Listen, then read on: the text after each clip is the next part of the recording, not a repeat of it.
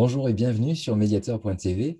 Isabelle Radosicki, vous avez signé une convention de médiation de la consommation avec la médiation professionnelle dans le cadre de votre obligation légale. Mais peut-être que vous pouvez nous en dire un peu plus sur votre entreprise et votre activité. Alors, bonjour et merci pour cette interview. Alors, oui, je m'appelle Isabelle Radosicki. Donc, mon travail à la base, c'est d'être infirmière. En fait, j'ai été formée en promotion 96-99, donc sur le CHU de Nancy-Brabois. Et puis, après quelques années à l'hôpital, en Polynésie française, où j'ai aussi un petit peu travaillé et un peu de privé, j'ai eu plutôt l'appétence d'ouvrir un cabinet de sophrologie et de libération des chocs émotionnels par les mouvements oculaires. On connaît un peu plus le MDR. Voilà, donc là, c'est une méthode qui s'appelle le DCMO, donc mouvement oculaire et aussi DCMO relationnel, pour aller libérer en fait des émotions qui sont donc difficiles dans le présent. Alors, je crois que vous avez signé cette convention, mais qu'en fait, ce n'est pas vraiment vous qui l'avez signée puisque vous faites partie du syndicat des sophrologues indépendants. Moi, je me suis formée avec une école qui est reconnue RNCP. Moi aussi, j'ai demandé le RNCP par rapport à la validation de ma formation en sophrologie, donc une formation qualitative. Et ensuite, j'ai souhaité adhérer à un syndicat pour représenter cette nouvelle profession qui est encore pas très bien connue du grand public, qui commence à prendre un peu d'ampleur. Mais il y a des sophrologues qui sont très très bien formés, puis d'autres qui sont nettement moins bien formés. Voilà. Et le syndicat, le SSI, permet justement de parler un peu de ce que l'on fait, de la méthode.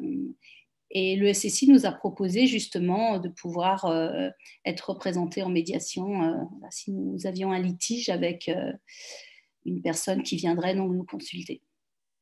Alors justement, vous disiez que le SSI permet de parler de ce que vous faites et comment vous le faites. Vous pouvez peut-être nous en dire un peu plus sur les services que vous proposez, sur les accompagnements en fait que vous faites avec les publics. Et j'imagine qu'ils ne sont que des publics particuliers. Ce sont des consommateurs ou il y a aussi des activités en entreprise que vous réalisez? Voilà, donc pour le moment, je n'ai pas eu l'opportunité de pouvoir travailler en entreprise, mais c'est vrai que c'est quelque chose qui m'intéresserait.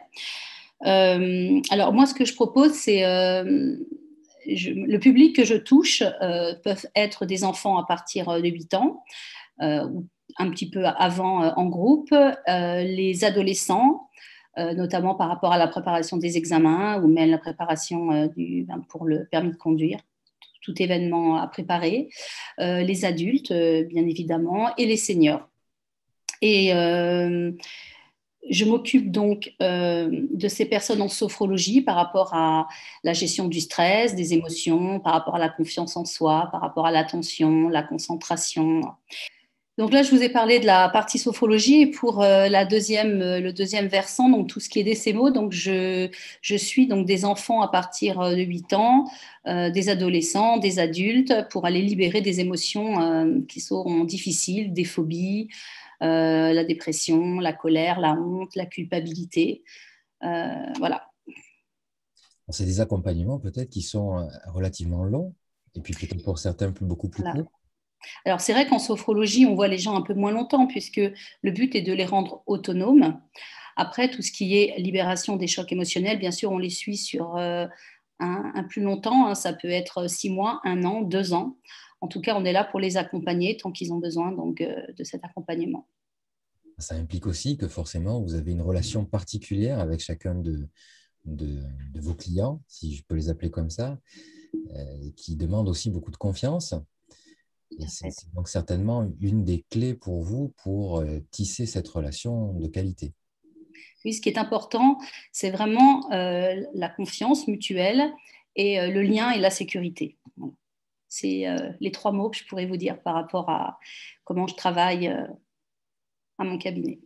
Vous avez parlé un peu de votre clientèle, vous avez dit à partir de 8 ans pour les enfants et puis Oui, après jusqu'à plus soif. voilà. Par contre, vous avez peut-être rencontré déjà des litiges dans votre vie professionnelle ou pas, qui vous a obligé de faire intervenir un avocat, un médiateur, un juge, une association de consommateurs peut-être? Alors, heureusement pour moi, pour l'instant, voilà, donc je n'ai pas rencontré ces problématiques parce que c'est vrai que je pose aussi les bases de l'accompagnement dès le départ, hein.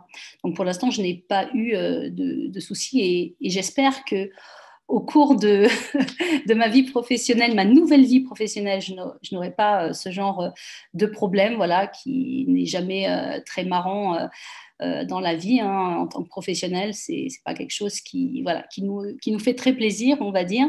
Moi, dans un premier temps, c'était surtout une obligation légale, hein, qu'il fallait donc mettre en place. Et puis après, je pense que c'est voilà, c'est très bien que euh, dans ce genre de nouvelles professions, où il y a vraiment des gens qui sont très bien formés, des gens moins bien formés et peut-être un peu moins sérieux, voilà, que le consommateur puisse avoir un lieu de discussion s'il y a des choses qui sont à revoir entre le professionnel et lui-même. Ce que vous êtes en train de dire finalement, c'est que votre recherche de professionnalisation, vous trouvez qu'elle est confortée par l'appui de pouvoir recourir à un médiateur pour vos clients si jamais il y avait un jour un problème, ce qui bien sûr, on ne vous le souhaite pas. Euh, Alors plus largement, est-ce que vous pensez que cette obligation légale, comme vous le disiez, est appropriée dans votre secteur d'activité au regard de ce que vous disiez? Alors oui, je pense que c'est un levier supplémentaire. Alors c'est vrai qu'on théoriquement on a aussi d'autres garants, hein, comme la responsabilité civile et notamment la protection juridique aussi, hein, qui peut être là plus un appui pour le professionnel. Maintenant, moi, je me mets à la place d'un consommateur qui viendrait voir un professionnel tel qu'un sophrologue ou un facilitateur en émotion, quelqu'un qui est très bien formé. Euh, Ce sera peut-être un peu enfin, beaucoup plus facile avec ce type de professionnel et quelqu'un qui fait ça, on va dire, plus de manière amateur, aura peut-être plus de soucis, de problématiques à gérer au cours de sa carrière. Et ça met un peu comment on peut, je ne sais pas si vous avez un peu le terme, mais ça remet un peu de la sécurité pour tout le monde à ce niveau-là, en tout cas. Ça permet d'établir une confiance plus profonde. Oui. Madame Radozicki, je vous remercie pour toutes ces informations.